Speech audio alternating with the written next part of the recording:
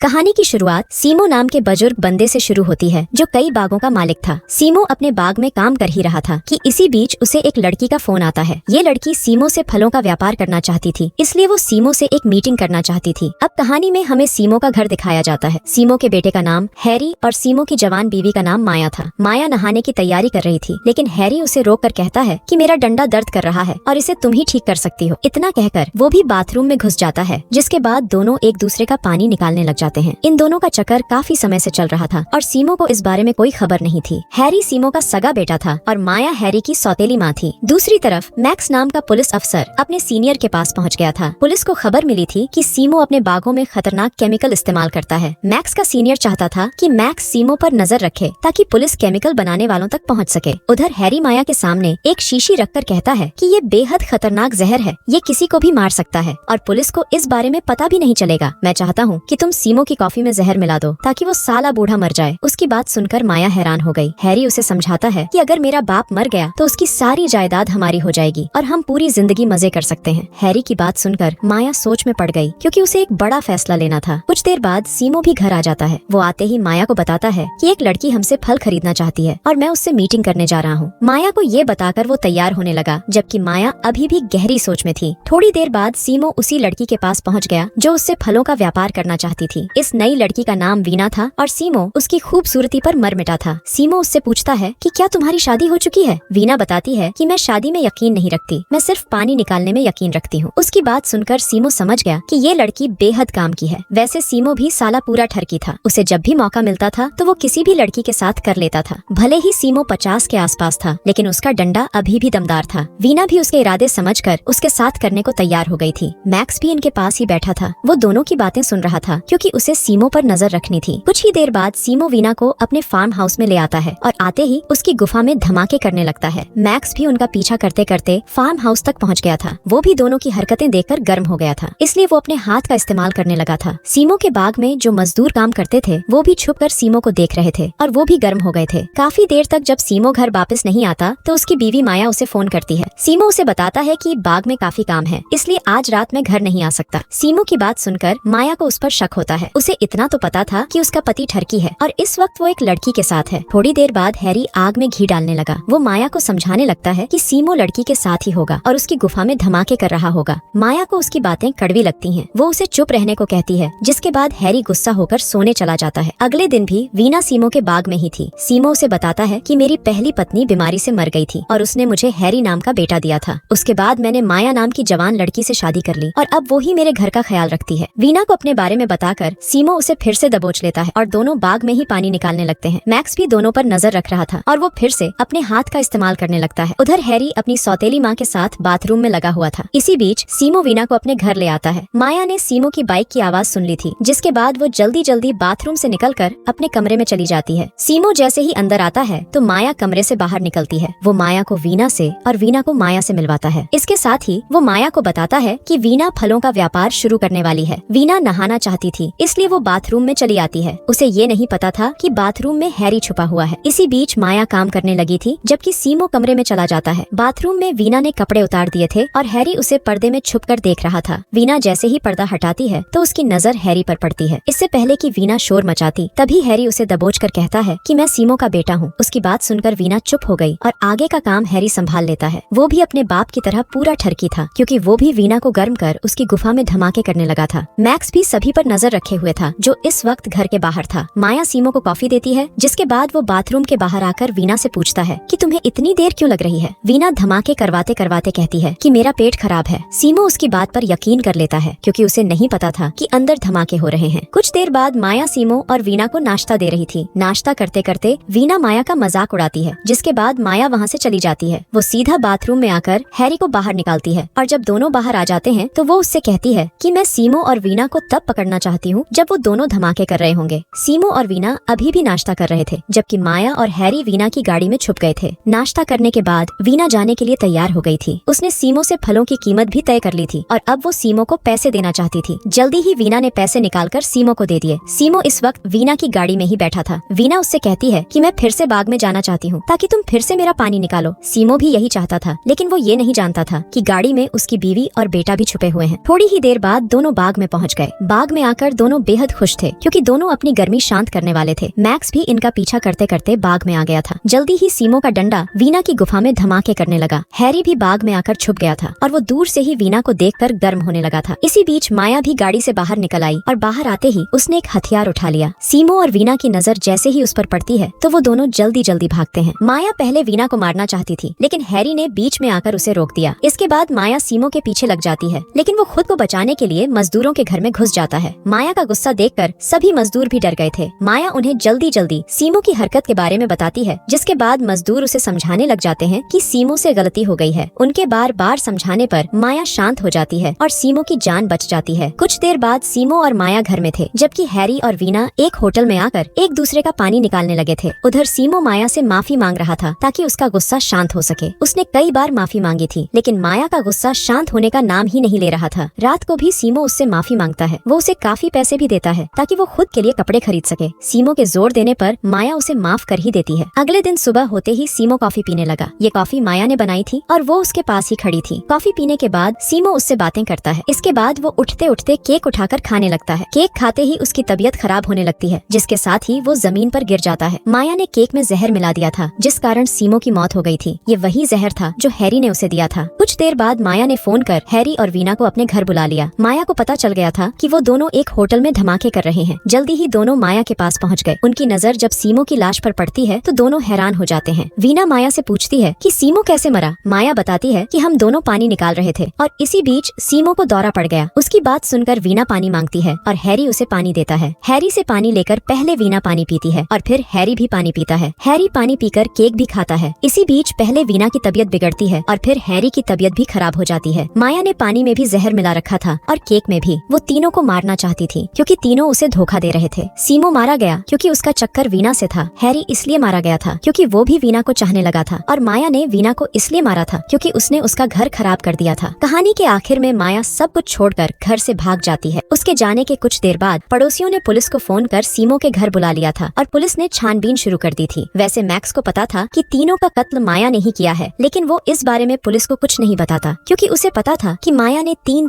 कत्ल क्यों किए हैं। इसी के साथ इस कहानी का यही अंत हो जाता है। हमारी वीडियो देखने के लिए बहुत बहुत धन्यवाद। अगर आप ऐसी ही वीडियोस के दीवाने हैं तो प्लीज मेरे चैनल को जरूर सब्सक्राइब करें। मिलते हैं अगली वीडियो में, तब तक के लिए नमस्कार।